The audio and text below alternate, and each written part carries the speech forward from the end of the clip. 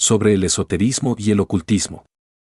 Vamos a hablar sobre esoterismo, sobre ocultismo, en una forma, dijéramos, muy amplia y generalizada.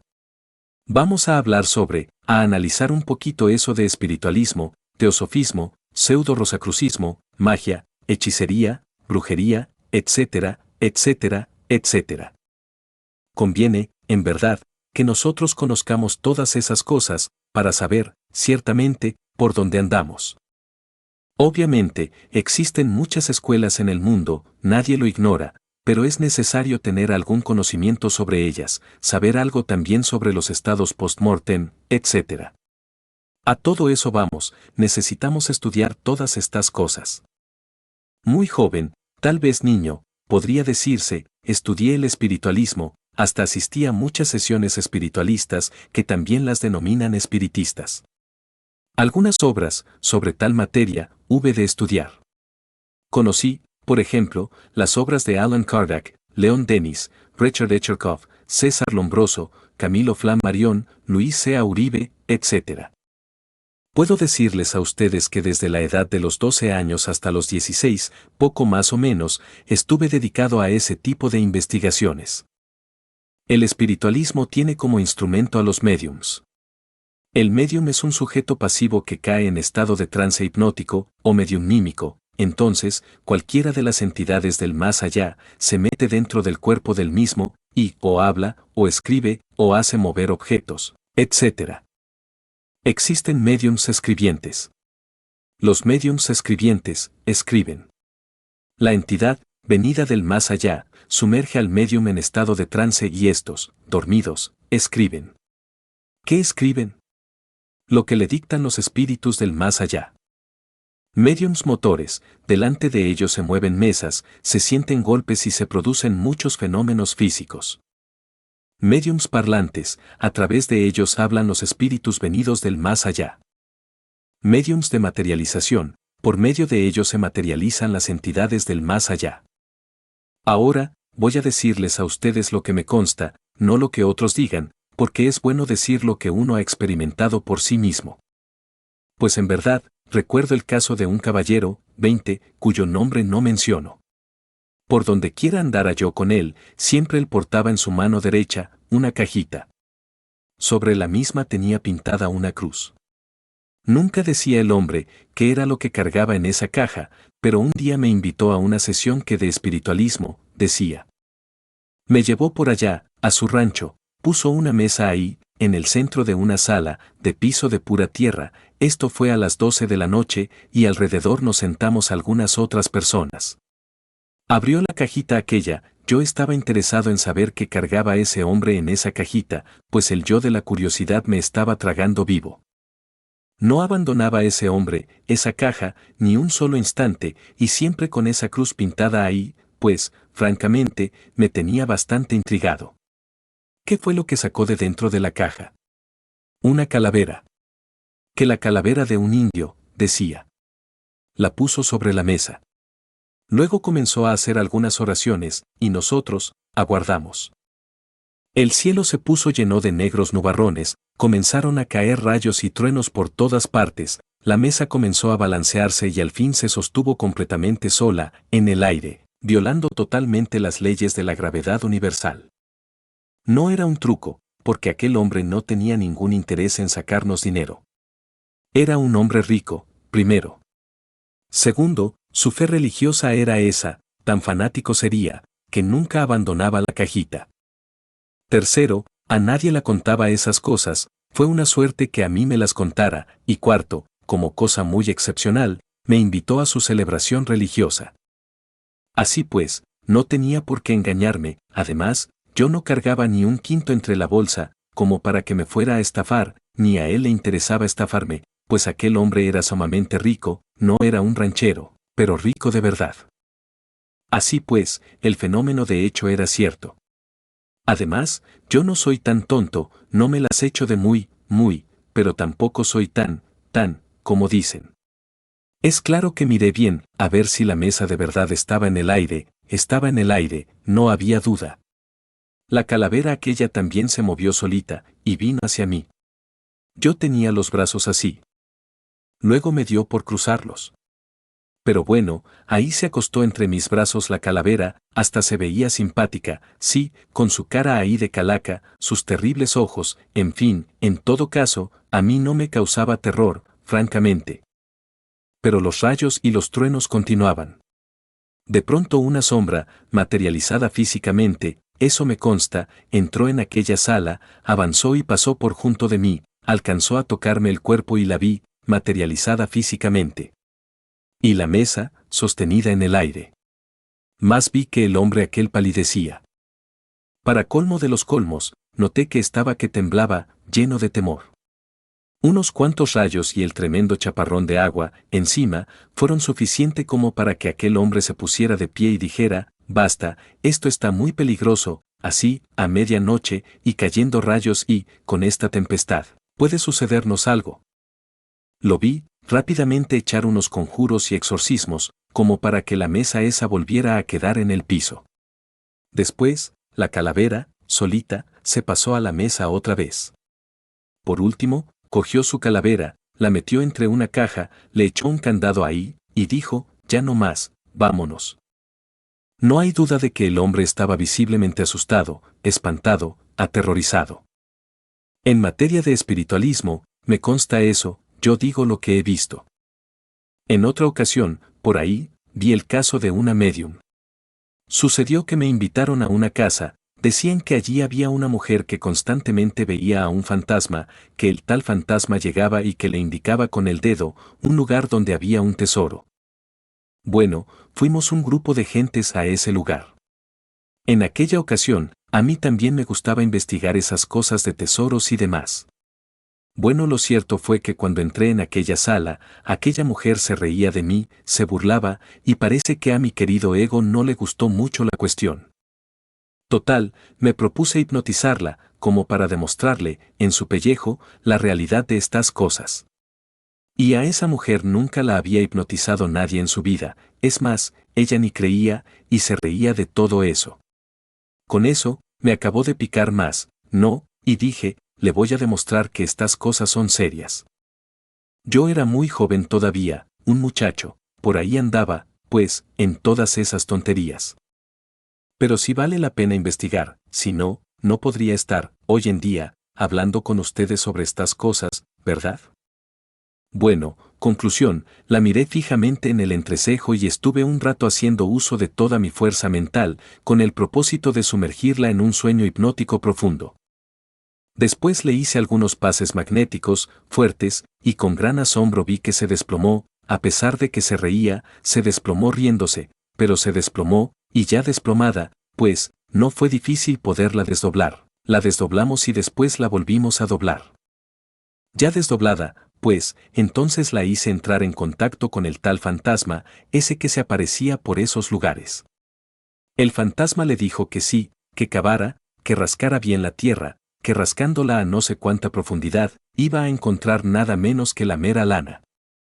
Conclusión, sí señor. Después de hecho el experimento, procedimos a despertarla, y ya no quería despertar. Vaya, vaya, vean ustedes en qué problema me metí. Para dormirla, fue fácil, pero luego para despertarla, ni modo que quería despertar, parecía una difunta ahí.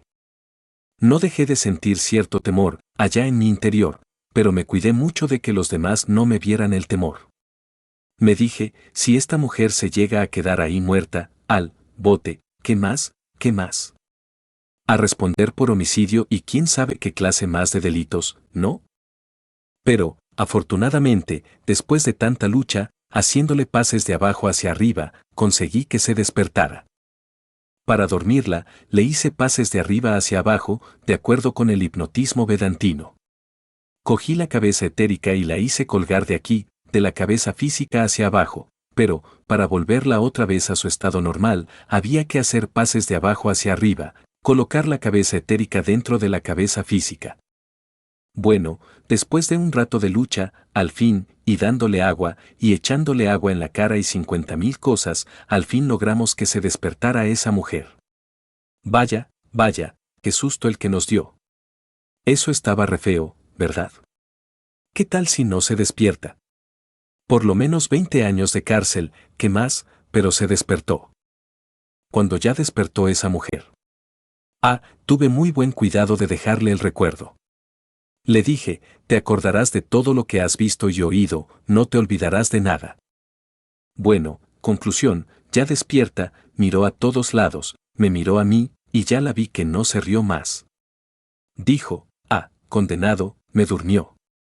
Desde entonces, la mujer quedó respetando estas ciencias, se le acabó su burlita, una burlita que se traía, pero en verdad, de muy mal gusto.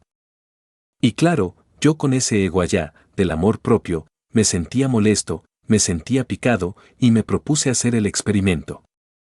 Menos mal que me resultó, si no, hubiera quedado hasta en un ridículo.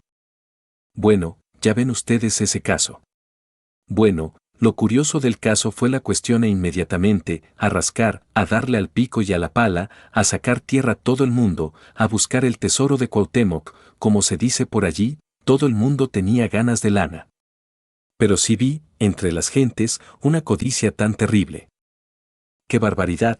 Cómo se pone la gente por el dinero, cómo se vuelven, ya se les transforma la cara, ya no son los mismos. Eso estaba poniéndose hasta peligroso.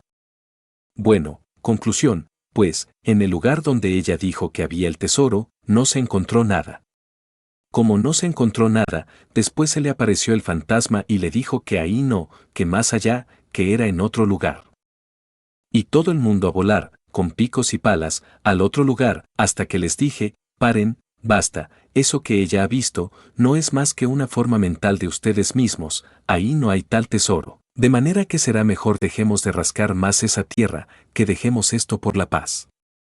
Sí, si no les digo, les aseguro que hubieran echado abajo la casa, la tumban, paredones y todo hubieran ido para abajo, no hubiera quedado ni una barda en pie. Así estaban las cosas, mejor me paré y pedí por la paz. Bueno, eso, en cuanto a espiritismo, les estoy diciendo. Otro caso que me consta, fue el de un herrero. Ese hombre, pues, hacía herraduras para caballos, ese hombre le ponía herraduras a los caballos, las hacía porque era herrero. Tenía una forja donde trabajaba el hierro, y ahí herraba a los caballos. Decían que era médium. Bueno, me hice amigo de él y lo invité. Pues, nos sentamos alrededor de una mesa, de pronto, la mesa comenzó a balancearse, entró en trance aquel hombre, era médium parlante, y se expresó, a través de él, un demonio llamado Belcebú, príncipe de los demonios. Y habló, dijo, soy Belcebú, príncipe de los demonios, ¿qué queréis de mí?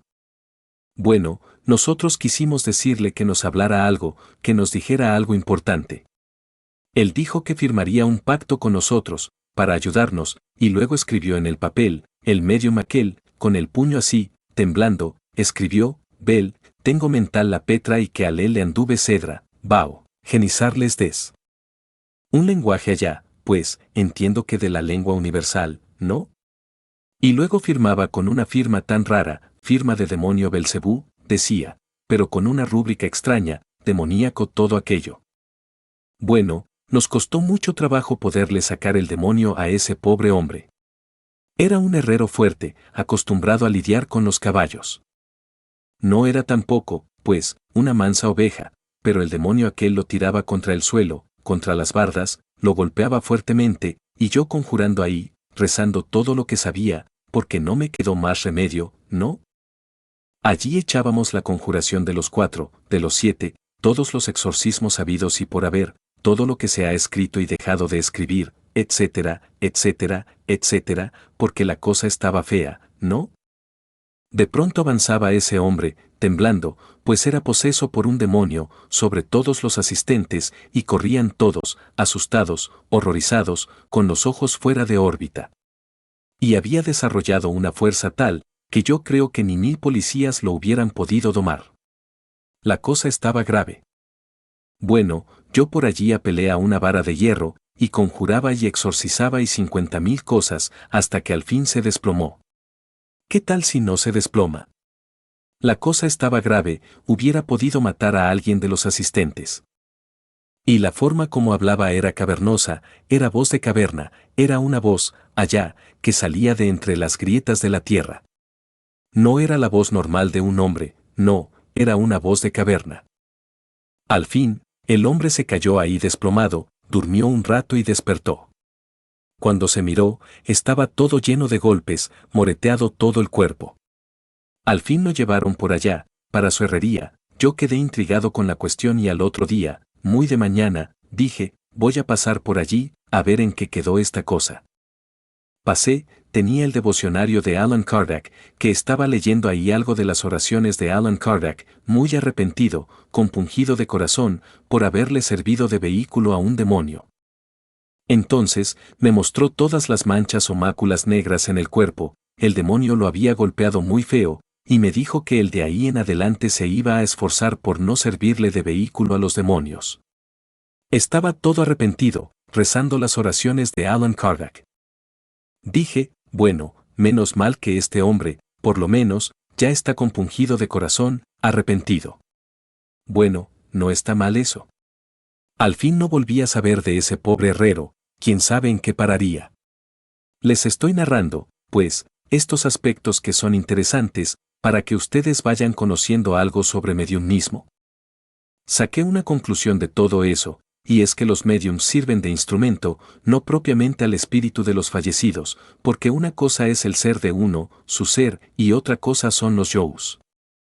¿No han oído ustedes hablar que Jesús de Nazaret expulsó, del cuerpo de la Magdalena, 7 demonios? Pues son los 7 pecados capitales: ira, codicia, lujuria, envidia, orgullo, pereza, gula, etcétera, etcétera, etcétera, y otras tantas hierbas. Conclusión, como decía Virgilio, el poeta de Mantua, aunque tuviéramos 1000 lenguas para hablar y paladar de acero, no alcanzaríamos a enumerar todos nuestros defectos cabalmente. Son tantos, y cada uno de esos defectos es un demonio que uno carga adentro. Bueno, esos demonios que uno carga adentro son los que se meten en los cuerpos de los médiums para hablar, eso es todo. No es el alma ni el espíritu del difunto el que se mete entre el cuerpo de un médium, no hay tal. Eso lo pude evidenciar mucho más tarde a través de mis experimentos. Bueno, a grosso modo, les estoy diciendo algo, pues, de lo que me consta en cuestión de espiritismo. William Crookes logró materializar difuntos. William Crookes fue el que presentó la materia radiante en sus tubos de cristal, materializó entidades, materializó a una tal Kerry Kane, muerta hacía no sé cuántos años atrás, y la hacía visible y tangible en un laboratorio. Eso, de por sí, pues es interesante, ¿verdad? El cuerpo de aquella medium lo amarraban dentro de una cámara hermética, lo envolvía el científico aquel, con alambres eléctricos. Esos alambres los hacía pasar a través de los agujeros de los oídos, de manera que con cualquier movimientito que tratara, así, de hacer, sonaba un timbre, no había posibilidad, ni remota siquiera, de poder hacer fraude. Y se materializaba, en presencia de 2 mediums, que eran las señoritas Fox, Kerry Kane. Allí estuvo materializándose, durante 3 años, en presencia de científicos incrédulos, materialistas, que no creían ni jota de lo que allí se estaba haciendo. Y aquella entidad se dejó fotografiar, la sometieron a distintos análisis y luego, en presencia de los mismos científicos, se fue desmaterializando, poquito a poquito, desmaterializando, y en presencia de las cámaras fotográficas y todo. Y además, todavía, como por si eso fuera poco, les dejó un bucle de cabello materializado, eso fue más que suficiente. Todavía no pienso que fue el espíritu o el alma de Kerry Kane, pienso que fue uno de los yous de Kerry Kane, el que se hizo tan visible y tangible. Pero, de todas maneras, el experimento resultó interesante. Pensemos ahora en la cuestión de la magia. Indudablemente, ser mago es uno de los anhelos más grandes de mucha gente. Yo considero que magos han habido, y muy buenos, blancos y negros. El doctor Fausto, por ejemplo, era un mago tremendo, terrible, yo digo que era mago blanco. Por ahí, en una de mis obras, precisamente en la doctrina secreta de Anáhuac, cito algo extraordinario: un grupo de gentes, en Viena, en pleno banquete les dio por llamar al doctor Fausto, y este estaba en Praga. De pronto, alguien golpea en la puerta, el doctor Fausto, que se había apeado de su caballo. Informan los criados al señor de la casa, este se sorprende, se asoma, no hay duda, el doctor Fausto. Abren la puerta y entra Fausto, el caballo fue pasado al establo. Y el doctor Fausto se sienta a la mesa de los invitados, comparte con ellos el vino, feliz el festín. Por ahí, a las 3 de la mañana, relincha el caballo. El doctor Fausto dice, me voy. Ellos intentan detenerle. Por segunda vez, vuelve a relinchar la bestia, y a la tercera, ya no más, se levanta el doctor Fausto, se va despidiendo de todos y se fue. Dicen los que lo vieron, que montó en su caballo, que salió y que se alejó por el aire, como el caballo de Pegaso, como el famoso Pegaso, un caballo mitológico. Maravillas, que la gente es libre de creer o no creer. Cada cual puede pensar como quiera, a mí me parece muy interesante y no le veo imposibilidad. Sencillamente, entiendo que ese caballo es el mismo Lucifer del doctor Fausto, pues cada uno de nosotros tiene su Lucifer particular, individual. Eso de que Lucifer es un personaje sentado allá, sobre un trono, con un tenedor de hierro en su mano derecha, pues, único en todo el universo, pues eso es absurdo, eso es una fantasía, eso no existe, pero sí cada uno tiene su propio Lucifer. ¿Qué es Lucifer dentro de nosotros? Una reflexión del Logos solar en nosotros, la sombra misma del Logos en nosotros. ¿Para qué la tenemos dentro? ¿Con qué objeto? Yo digo que el Lucifer, realmente, es el Cristo, disfrazado dentro de nosotros mismos. Pero dirán, ¿para qué se disfraza de esa forma? Pues para algo. ¿Qué? ¿Con qué objeto? Servirnos de escalera, señores, servirnos de escalera, para echarnos para arriba. ¿Ustedes no han leído la Divina Comedia del Dante? Les aconsejo que la estudien, vale la pena. En la Divina Comedia, aparece Lucifer en el corazón de la tierra, encima, dice, que andaba sobre la superficie de la tierra y bajando verticalmente, está el corazón de la tierra y en ese corazón está Lucifer, ahí. Y dice el Dante Alighieri que por 6 ojos llora Lucifer, es el arcano 6 del tarot, Tiperet. En el arcano 6 del tarot, aparece un hombre entre el vicio y la virtud, es decir, metido en el callejón de las tentaciones, entre el vicio y la virtud. Y no olviden que el número de la gran ramera, según dice el Apocalipsis de San Juan, es el 6 repetido 3 veces, 666. ¿Qué tal? Ya van entendiendo por qué, por 6 ojos, llora Lucifer. Cuando Virgilio quiso bajar al 9º círculo dantesco, junto con el Dante, no les quedó más remedio que bajar, dice, por la espalda de Lucifer, que le sirvió de escalera. Cada pelo de Lucifer era como una viga enorme que les servía de escalera. Por ahí bajaron. Cuando quisieron subir, no les quedó más remedio que usar también a Lucifer como escalera. Es bueno ir entendiendo esto, es bueno irlo entendiendo, todo esto es simbólico. Obviamente, Lucifer es escalera para bajar y escalera para subir. Ahora comprenderán ustedes por qué el Cristo se disfraza de Lucifer. No sería posible subir por otra parte, tenemos que subir por esa escalera, tampoco podemos bajar por otra parte. No, Lucifer es la escalera para bajar y escalera para subir. Lucifer nos da el impulso sexual. ¿Cómo podría uno trabajar en la forja de los cíclopes, en la 9ª esfera dantesca, sin ese impulso luciférico? Claro que en ese impulso hay rebeldía.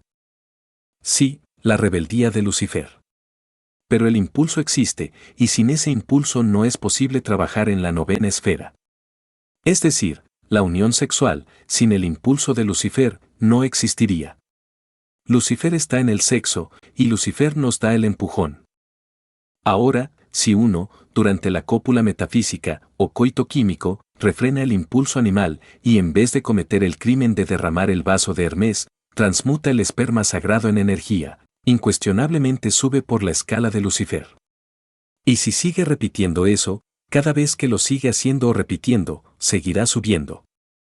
Porque Lucifer quiere hacerlo caer, pero si uno no cae, pues sube, sube, y lo aprovecha uno para morir, pues si uno le da la lanzada a Lucifer, como lo hizo Miguel, y lo vence, entonces sobre esa base, uno echa para arriba, sube, y va subiendo de grado en grado, hasta que se convierte en un mago de verdad, pero en un mago blanco. Con poderes sobre el fuego, sobre el aire, sobre las aguas, sobre la tierra. Vean ustedes la íntima relación que existe entre Lucifer y Cristo. Se dice que Cristo bebió, en la última cena, en el cáliz, y ese cáliz lo andaban buscando después, en la Edad Media, los caballeros de las cruzadas eucarísticas. Ese cáliz no es otra cosa sino el Santo Grial. Pero, ¿por qué Cristo sufrió tanto, en presencia del Santo Cáliz? Estoy hablando asuntos muy esotéricos, si ustedes le ponen un poquito de atención a esto, hasta se autorrealizan, se liberan, pero si ustedes no le ponen atención, pues van a perder el chance. El todo está en que pongan atención. Si tienen sueño, pues despiértense, en una sacudida así, despiértense. Que lo que sucede es que al ego no le gusta que le hablen de estas cosas, porque peligra su vida. Esto es grave para el ego, y prefiere que el cuerpo se le duerma, o que se canse, que se sienta aburrido, algo así. Pero bien vale la pena que ustedes pongan atención a esto. Porque Jesucristo, en presencia del cáliz dice, Padre mío, si es posible, pasa de mí este cáliz, mas no se haga mi voluntad sino la tuya. ¿Ustedes van entendiendo qué cosa es ese cáliz? Ese cáliz sagrado es el mismo vaso hermético, es la copa de Salomón, es la urna sagrada de los grandes misterios, es el santo Yoni, es decir, el órgano creador del eterno femenino, eso es obvio. Sin ese vaso sagrado, nadie puede llegar a la autorrealización íntima del ser. Dice la leyenda de los siglos que cuando la revuelta aquella, terrible, de los ángeles contra Dios, que entonces Miguel, de un lanzazo que le dio, golpeó la cabeza de Lucifer, con la lanza, y allí, en la cabeza, en la frente, llevaba un cáliz en forma de esmeralda. Ese cáliz cayó al suelo, eso dicen. Desde entonces, se asegura que ese cáliz está en el templo de Montserrat, en España, Cataluña. ¿Cómo fue a dar ese cáliz al templo de Montserrat?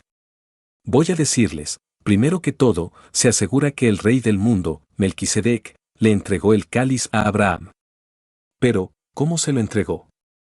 Cuando venía Abraham de la guerra contra los reyes de Sodoma y de Gomorra, eso fue en los tiempos de Matusalén, pero bien vale la pena citarlo. Ya victorioso, encontró, donde más tarde se edificó Jerusalén, encontró una gran fortaleza de piedra, una fortaleza militar. En esa fortaleza halló al rey del mundo, a Melquisedec. Cuenta la tradición que con Melquisedec, Abraham celebró la santa unción gnóstica, y Abraham le pagó a Melquisedec los diezmos y primicias.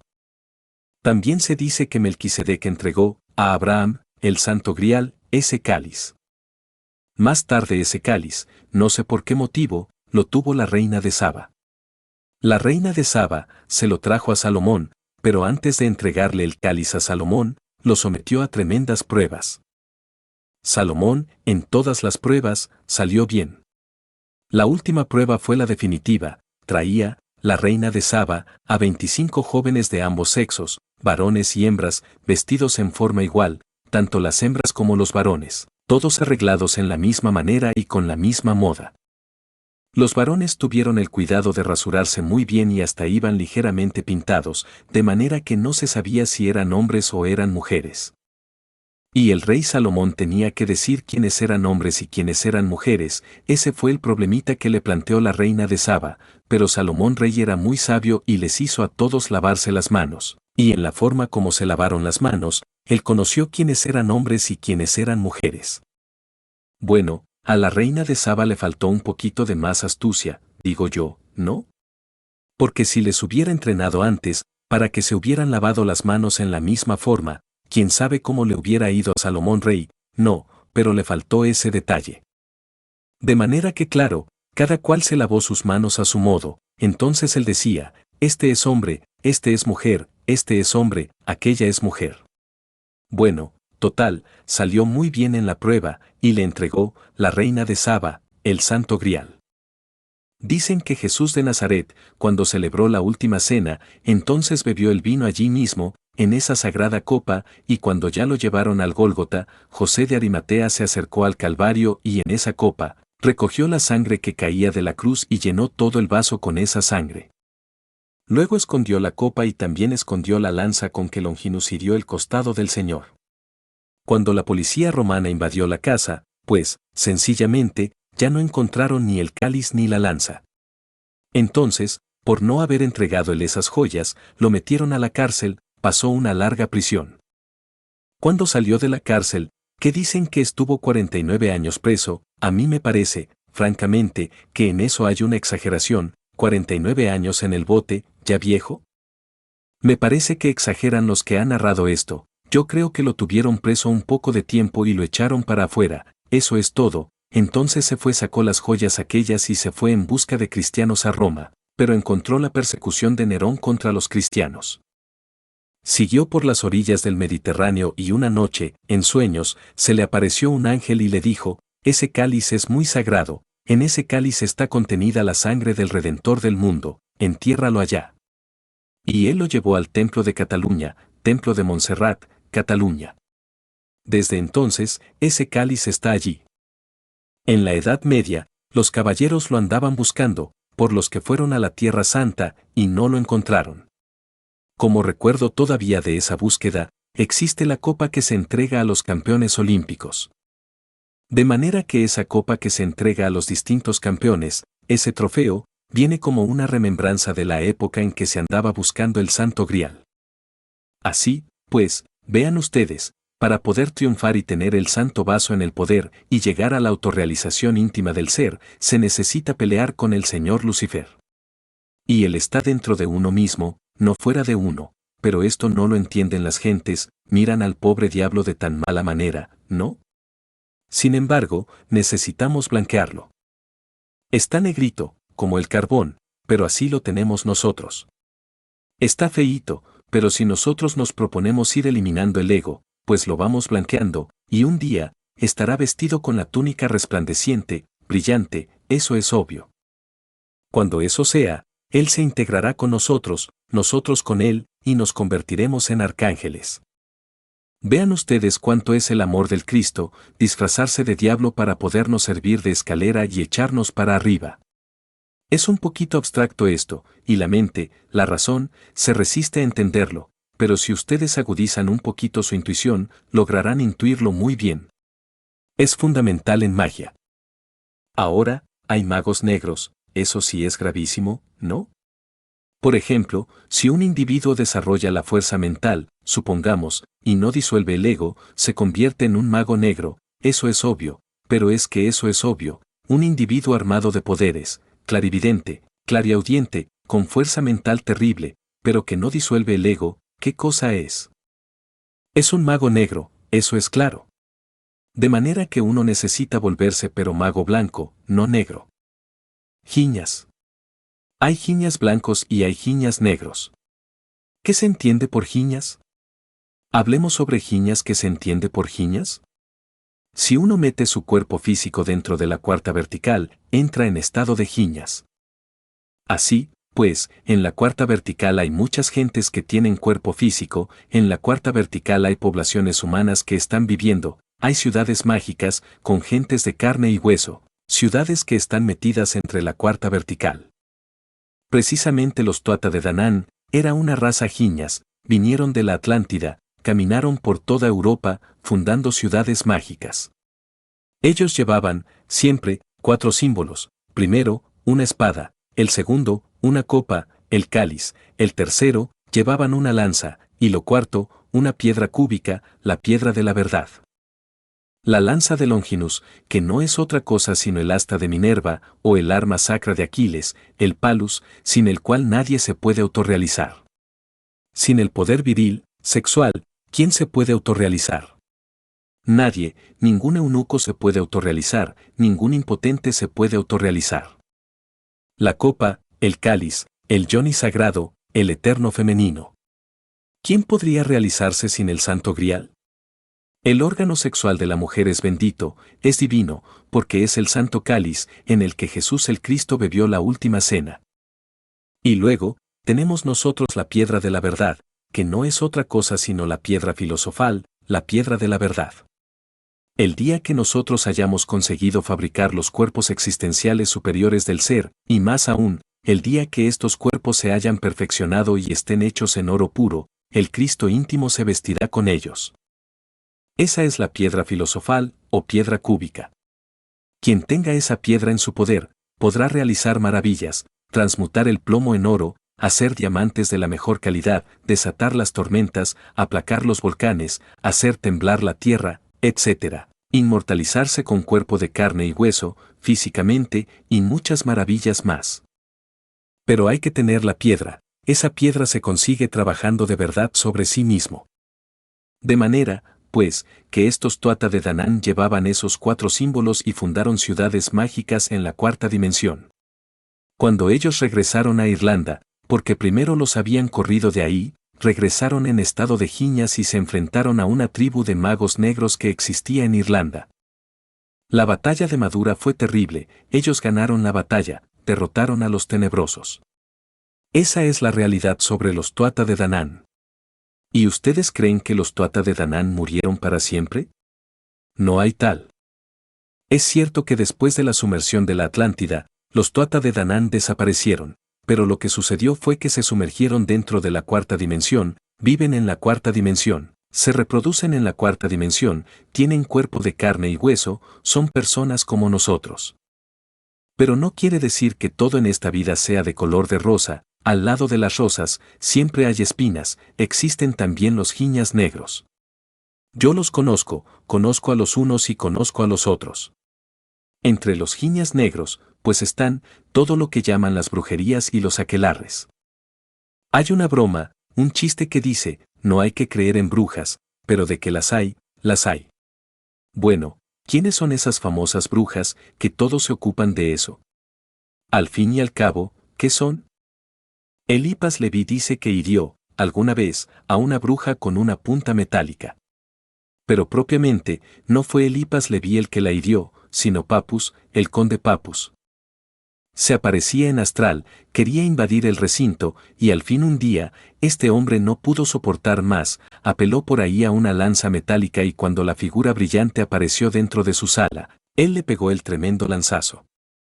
Lo estoy recordando mal. No fue con una lanza sino con una bayoneta, le pegó con la bayoneta. Lo cierto fue que, al otro día, le comunicaron que la señora fulana de tal, conocida de él, había amanecido herida de muerte, con un golpe de arma metálica en la cabeza. Conclusión, murió, bueno, eso lo hizo, pues, Papus, o la murieron, mejor dicho, la eliminó, la desencarnó. ¿Qué fue un delito de homicidio? Sí, pero en esas condiciones, pues él considera que no cometió falta. Yo digo que sí la cometió, y él cree que no.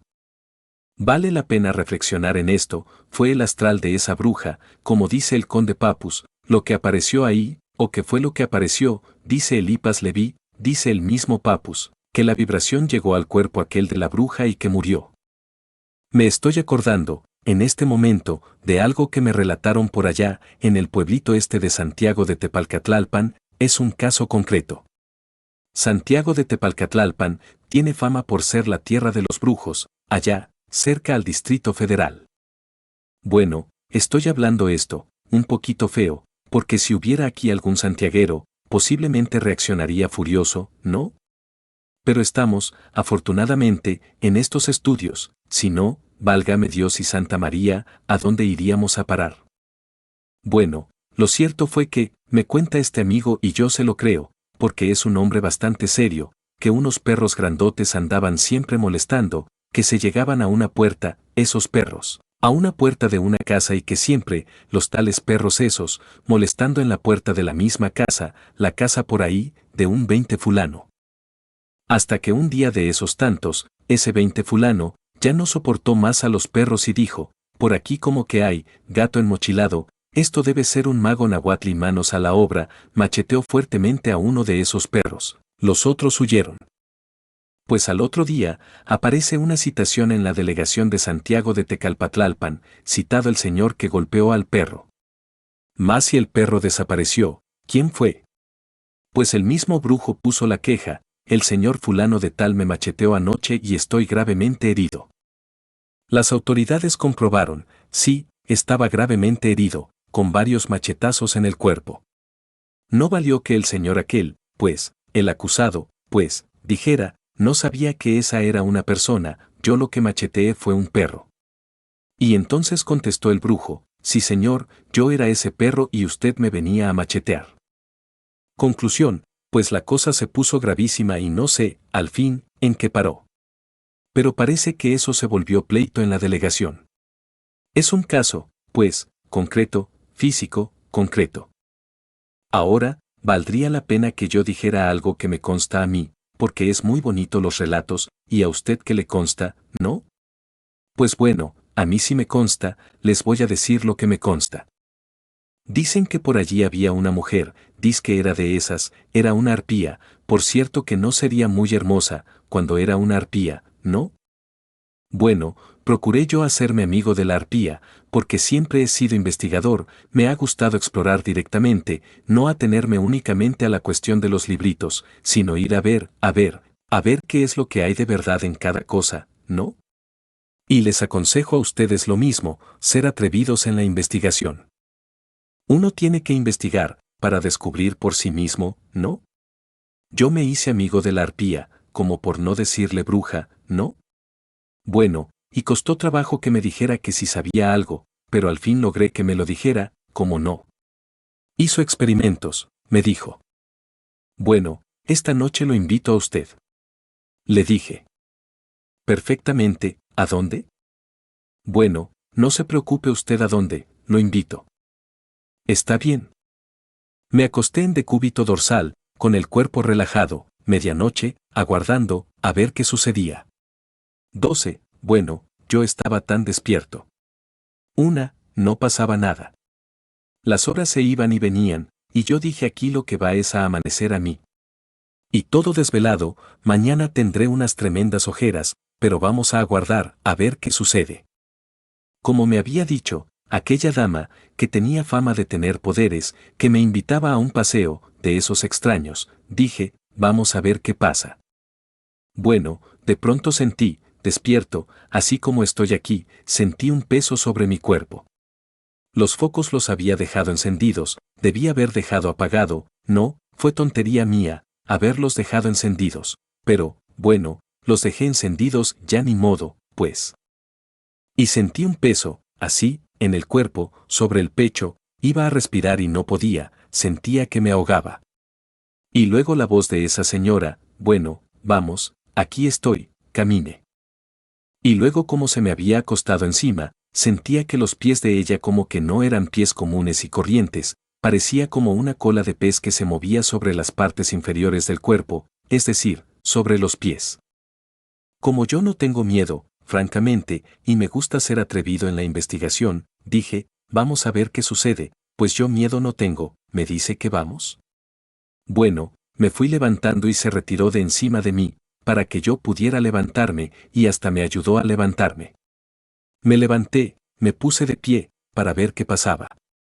Ya de pie, me dice. Vamos, no tema. Dije. No, yo no temo a nadie. Dijo. Sígame. Dije. Como no, pues, si la voy a seguir, ya mismo. Y me fui detrásito de ella, caminando. Atravesé un patio que había, a la medianoche. Lo que si no me había era, pues, quitado la ropa, la tenía puesta, por si las moscas. Eso de ir a resultar con paños menores y en plena calle, con ese frío, válgame Dios. Por eso, así lo hice.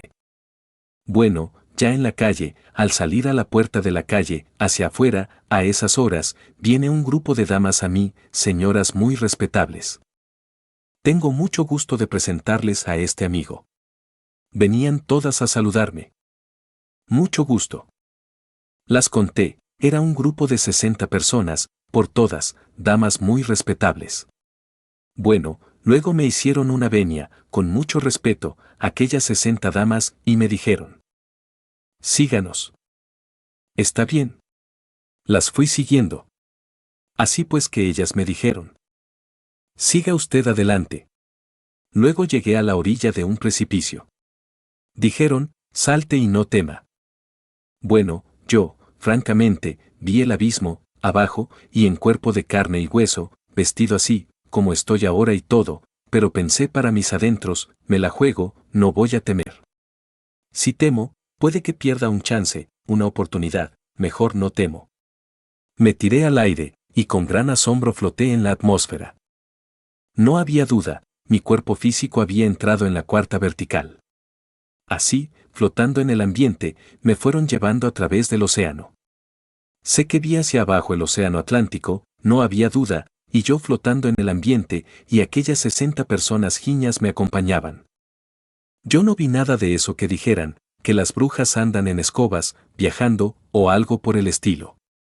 Ahí no había nada de eso, vi a esas 60 señoras, venerables todas, muy respetables, flotando en el ambiente circundante y animándome a no tener miedo. Esa era la cruda realidad de los hechos. Dije, bueno, vamos a ver en qué va a parar toda esta cosa. Al fin llego. ¿A dónde? ¿Qué lugar es este? Me dijeron. Es España, señor. Ah, esta es España. Avanzo un poco más y me encuentro ante un extraño edificio. Este edificio, ¿qué es, válgame Dios y Santa María, dónde estoy yo metido ahora? Pues ese edificio era nada menos que el castillo de Clinsor. Entonces dije, ajá, con que entonces la ópera maravillosa de Richard Wagner, El castillo de Clinsor, existe. Entonces Richard Wagner no era un tonto, se las sabía todas, y de todas, todas. De inmediato supe, por intuición, que ese castillo de Clinsor era la antítesis de aquel otro castillo, que es el castillo de Monsalvat, donde está el Santo Grial, nada menos. Bueno, seguí al lugar, ahí pude ver que tenían un Cristo, pero el Cristo lo tenían debajo de un gran caso de cobre. ¿Con qué aquí vine yo a dar? Bueno, el castillo estaba rodeado de jardines espléndidos, todo era maravilloso. En el centro, dentro del castillo, había un gran salón, con una alfombra de esas, estilo siglo XVIII. Que de espejos de cristal de rocas, con qué lujo exorbitante. Todo era espléndido ahí, un candil que caía, iluminando la estancia, y debajo del candil aparecía una mesa. Bueno, señores, les cuento que allí estuve. Allí vi que danzan las parejas, alegres, a la medianoche, hombres y mujeres danzando. Encontré que esa era una población de seres humanos que llevan su cuerpo en estado de giñas y que viajan por entre la cuarta vertical. Pero hay algo que sí me dejó estupefacto, estaba prohibido nombrar a la Divina Madre Kundalini, estaba prohibido nombrar al Cristo. Entonces ya me di cuenta que esas gentes eran giñas negros. Al nombrar uno al Cristo, le dicen, cuidado con esas malas palabras. Nombrar uno a la Divina Madre, a la Virgen Madre, es suficiente para que se enfurezcan inmediatamente esas gentes y de amigas se tornan en terribles enemigas a muerte. Entonces dije, estos son giñas negros. Bueno, ya conocí esta cosa, ni modo. Salí de aquel recinto, solo, por mi propia cuenta, y a través de la atmósfera nuevamente, dije, voy a irme para la casa. Pude regresar sano y salvo, nada me había pasado, pero sí había tenido una linda experiencia, había conocido a los giñas negros. Así, pues, si hay giñas blancos, también hay giñas negros. Y conozco los giñas blancos, porque yo he estado, personalmente, en el templo de Chapultepec, en México. Más aún, les voy a decir una gran verdad, se las voy a confesar, yo soy miembro activo del templo de Chapultepec, en México. En ese templo, tenemos una copia del Santo Grial, en ese templo, tenemos nosotros un precioso altar, tenemos nosotros un salón maravilloso y allí se reúnen hermanos gnósticos.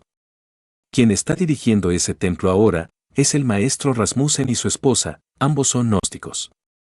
Allí se sigue al Cristo, son giñas blancos. De manera que vean ustedes las dos antípodas, giñas negros y giñas blancos. Y a ambos los conozco por experiencia directa, no por lo que otros digan o dejen de decir. Invocaciones, hay muchos modos de hacer invocaciones. En mi pasada existencia les enseñé, a algunos, por ejemplo, a llamar a Lucifer Náhuatl. ¿A cuál Lucifer? ¿Al diablo ese de los curas? No.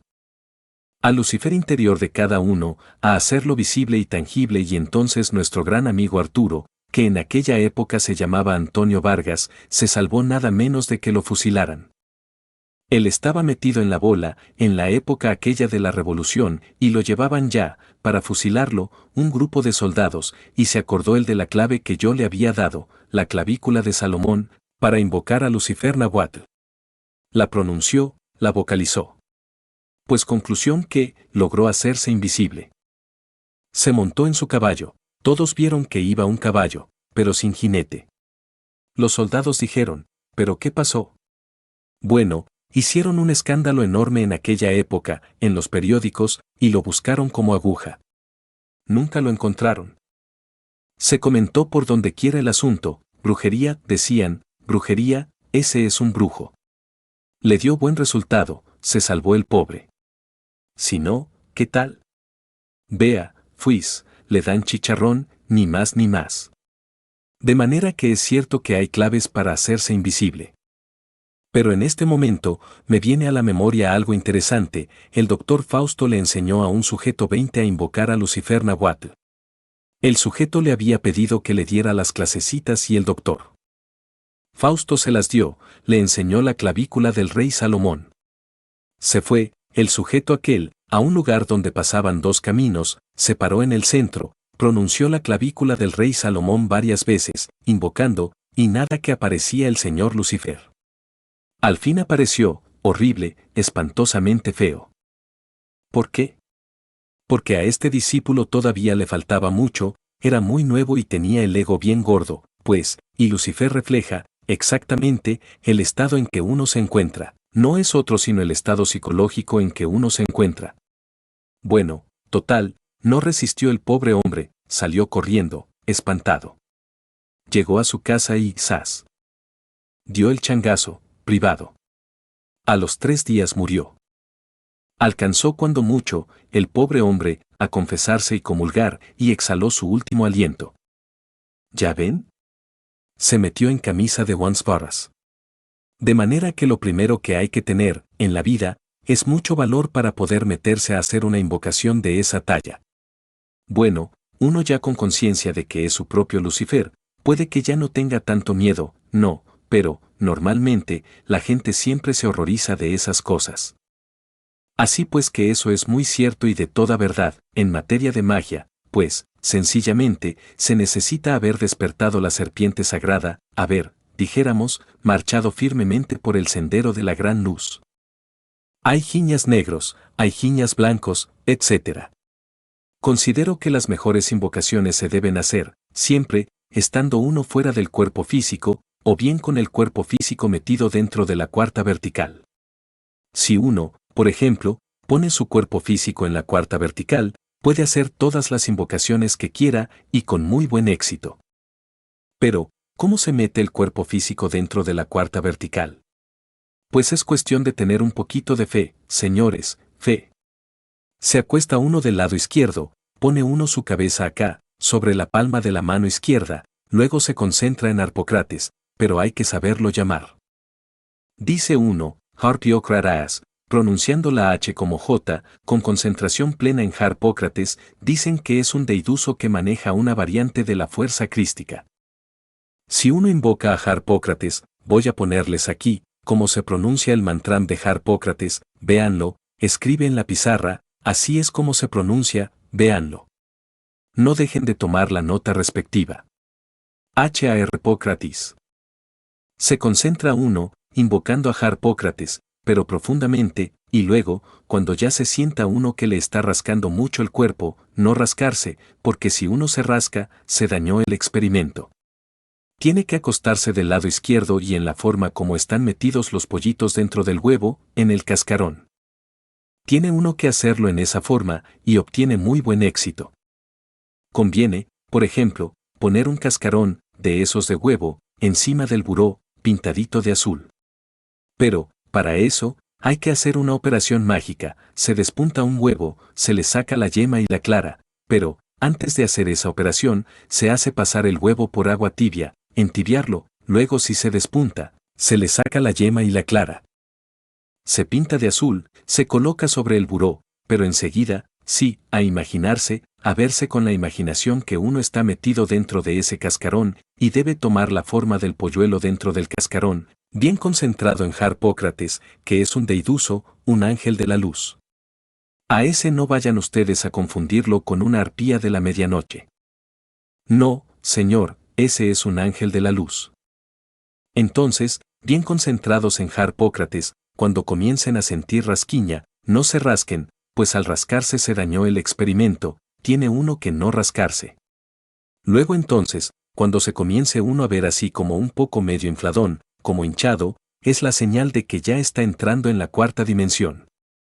Al verse así, sentarse suavemente en la cama. Se sienta uno suavemente, con los pies en el suelo, se va poniendo uno de pie. Y ya de pie, dar un saltito alargado, con la intención de flotar. Si flota en el ambiente circundante, es porque ya lo logró, ya está el cuerpo metido en la cuarta dimensión. Con el cuerpo en la cuarta dimensión, ustedes pueden viajar a donde quieran, solamente les está prohibido llevarse el cuerpo físico a otros planetas, es un factor inviolable. Conténtese entonces con viajar dentro del planeta Tierra, no vayan a violar leyes. Se puede viajar, por ejemplo, a las ciudades mágicas que fundaron los Tuatha de Danann. En Europa hay ciudades mágicas, los mayas, en Yucatán, tienen otras ciudades mágicas y allí se pueden recibir instrucciones. Pueden viajar también al templo de Chapultepec, en México. Eso sí, no les aseguro que los dejen entrar. Ustedes golpean a ver, cumplen con golpear. Si los dejan entrar, bien, y si no los dejan entrar, pues no, conformidad. Y al no los dejan entrar, se dan cuenta que todavía hay que trabajar mucho sobre sí mismos, que tienen que disolver el ego animal, eso es claro. Esto se llama, pues, viajar con el cuerpo físico en estado de ginas, y resulta extraordinario. Estudiante. Maestro, ¿le puedo hacer una pregunta? Maestro. Sí, dígame. Estudiante. En ese caso, ¿de qué llegara uno a flotar, en qué forma se trasladaría uno, a través de la cuarta dimensión? Maestro. Pues, francamente, nunca había pensado en eso, ¿saben? Yo llego y doy el saltito, y salgo volando y luego sigo volando. Estudiante. Maestro. Estudiante. ¿Y cómo llega uno a un lugar que no conoce? Maestro. Es cuestión de telepatía, telepáticamente va uno captando el sitio hacia donde se va yendo, poquito por poquito, despacio. Eso sí, lo que puede suceder es que golpee uno y no le abran, porque muchas veces llega uno a un cierto templo de misterios, por ejemplo, y como no está preparado, de ahí lo sacan corriendo. ¿Qué va a hacer? De metiche uno, pues lo sacan. De manera que hay que saber, pues, dónde va uno a meter las narices, no ir uno a meterse donde no debe. Hay lugares donde son puros mahatmas, puros hierofantes, cuando llega un pobre principiante, de ahí lo sacan corriendo, porque ni modo. Así pues que todo esto que hemos platicado esta noche, resulta interesante. Ahora, a los que les cueste trabajo irse con el cuerpo físico desde la cama, pueden hacerlo, si quieren estar de Pascuas, pues, pueden hacerlo en una forma diferente, tender primero a salir a voluntad, en el astral, ¿no? Aprovechando el estado de transición entre vigilia y sueño. Y cuando ya esté entre dormido y despierto, se levanta uno suavecito de la cama, pone sus pies en el suelo y se erige de pie, se levanta. Si vuelve uno a mirar que quedó ahí en la cama, quedó el cuerpo. Pero tiene uno que aprovechar el estado de transición existente entre la vigilia y el sueño. Entonces se desdobla, como decimos, en astral. Y si luego quiere cargar el cuerpo, pues retírese del cuerpo, salga caminando en astral, pero llamadlo al cuerpo. Llamadlo, llamadlo. Cuerpo físico, venid, venid detrás de mí, camina tras de mí, ven, cuerpo, obedéceme. Una solución es concentrarse ahí, en ese cuerpo.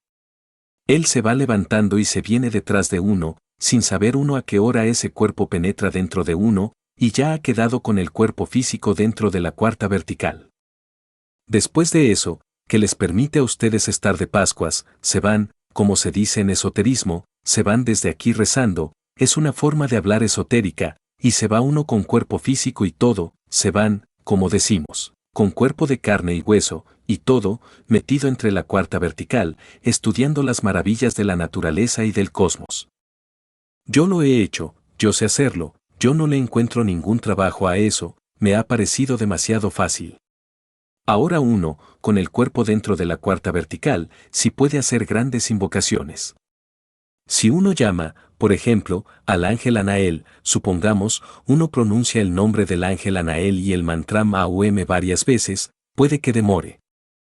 Hay veces que un maestro de esos está muy ocupado y demora en venir, pero cuando llega, queda uno asombrado de ver al maestro, su cabello rubio sobre sus espaldas, su túnica blanca, lleno de extraordinaria belleza, el ángel del amor y de una gran sabiduría. Uno en presencia de Anael siente como que regresa a la infancia, le provoca a uno jugar inocentemente, se siente uno dichoso. Si uno le pregunta algo al ángel Anael, le contesta a uno con una sabiduría exacta, nunca falla, jamás. Estudiante. Maestro, ¿me permite hacerle una pregunta? Maestro. Sí. Estudiante. Mire, hace poco conocí a una persona, que no me quiso decir, pero tenía un dibujo parecido a este que le estoy mostrando, con un ojo muy feo, de color azul. Y dijo que ese era su Dios. Yo le pregunté, ¿qué es?, y no me quería responder. Solo dijo, no, no te interesa, es mi Dios. Así me dijo. Maestro. Bueno, Zenón, pues, ahí sí que Zenón Sanón y no. Pero en este caso yo diría, y en la forma del ojo no está muy buena. Estudiante. No, es muy feo. Maestro. Es un poco siniestra. Porque no hay duda de que se trataba de un mago negro. Estudiante. Yo creo. Maestro. Porque una cosa es el ojo de la divinidad, con el que se representa a Dios, muy bien hecho y con 13 rayos, es decir, aquel ojo de la verdad para simbolizar al anciano de los días. De manera que ese fue un mago negro, el que le hizo esa mala jugada. Así, pues, vean ustedes qué interesante es el trabajo de alta magia, pues. Ya, en la forma práctica, se necesita paciencia. Yo, en honor de la verdad, les digo, para poder aprender a meter el cuerpo físico en estado de giñas, me eché todo un año, me acostaba invocando por ejemplo a Harpócrates y adormeciéndome ligeramente, chequeando el sueño detenidamente, pero muchas veces me levantaba, salía a caminar, daba el salto y nada, a volver a meterme en la cama otra vez. Y a veces lloviendo, salía al patio de la casa muy convencido de que ya, y daba el saltito y nada. En cambio, si me pegaba una buena lavada, ¿no? Y en tiempo de invierno, ¿ustedes saben lo que es eso? Todo un año, milagrosamente no me dio una bronconeumonía. Bueno, lo curioso del caso fue que, sí señor, un día de esos tantos, como 14 veces me había levantado de la cama, haciendo el mismo experimento. Por ahí como a la 15, en la 15 salí, di el saltito alargado, con la intención de flotar, y al fin funcionó. Dije, maravilloso. Bueno, ya en ese estado, sí pude irme para donde quise. Luego lo seguí haciendo y lo seguí haciendo, total que me dio muy buen resultado, aprovechar el momento preciso de despertar. Si está uno durmiendo profundamente y de pronto se despertó, inmediatamente debe dar un saltito alargado, pero sin pensarlo, porque si metió un poquitín de razón, ya le falló. Instantáneo, automático, sin uno pensar, por puro instinto, debe dar el salto y verán que resulta, queda flotando, en estado de giñas. A mí me dio muy buen resultado. Bueno, lo cierto es que uno, con el cuerpo metido en la cuarta vertical, puede, verdaderamente, invocar a los maestros. Puede invocar si quiere, por ejemplo, a Orifiel, a Mako. Se puede invocar a quien se quiera, al maestro Kutumi, al maestro Moria, platicar con los seres inefables, aprender directamente de ellos las grandes verdades, la gran sabiduría. Más tiene uno también que cuidarse de los tenebrosos, porque los tenebrosos atacan, sí. No digo que no atacan, sí atacan. Entonces tiene uno que aprender a formar un círculo mágico a su alrededor, un círculo bien hecho, que lo imagina uno de color blanco a su alrededor, bien hecho. Combina uno la imaginación y la voluntad en vibrante armonía y forma su círculo a su alrededor. Con ese círculo se protege uno de los tenebrosos, para que no lo puedan atacar. Y además, debe aprenderse uno de memoria las conjuraciones de los 4 y de los 7, que sirven para la defensa. Con esas conjuraciones, se defiende uno muy bien, los tenebrosos huyen ante las conjuraciones. pero hay que echarlas con fuerza en el momento de peligro. Hay muchos otros mantrams que después les iremos enseñando a medida que ustedes avancen en estos estudios.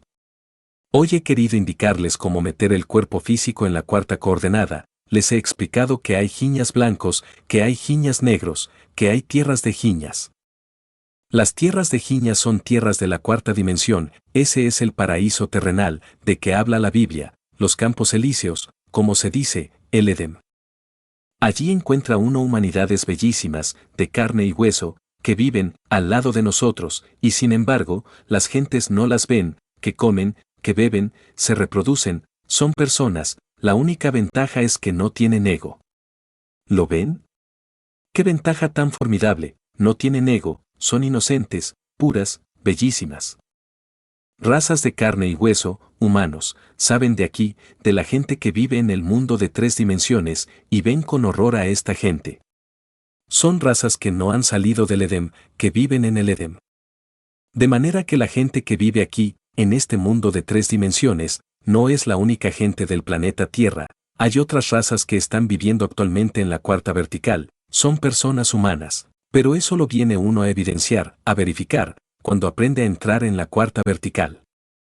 Antes no, antes puede ser hasta un motivo de creencia, o de incredulidad, o de una carcajada, o de un sarcasmo, o de un cuento para niños pequeños, pero cuando uno ya, de verdad, se entrenó en el uso, dijéramos, en aprender a entrar en la cuarta dimensión, eso se vuelve una realidad tremenda para uno. En todo caso, este es el esoterismo práctico. Más vale ser prácticos y no perder nuestro tiempo en tantas teorías de enjundioso contenido que no lo llevan a uno a ninguna parte. Hay que ser prácticos, eso es todo.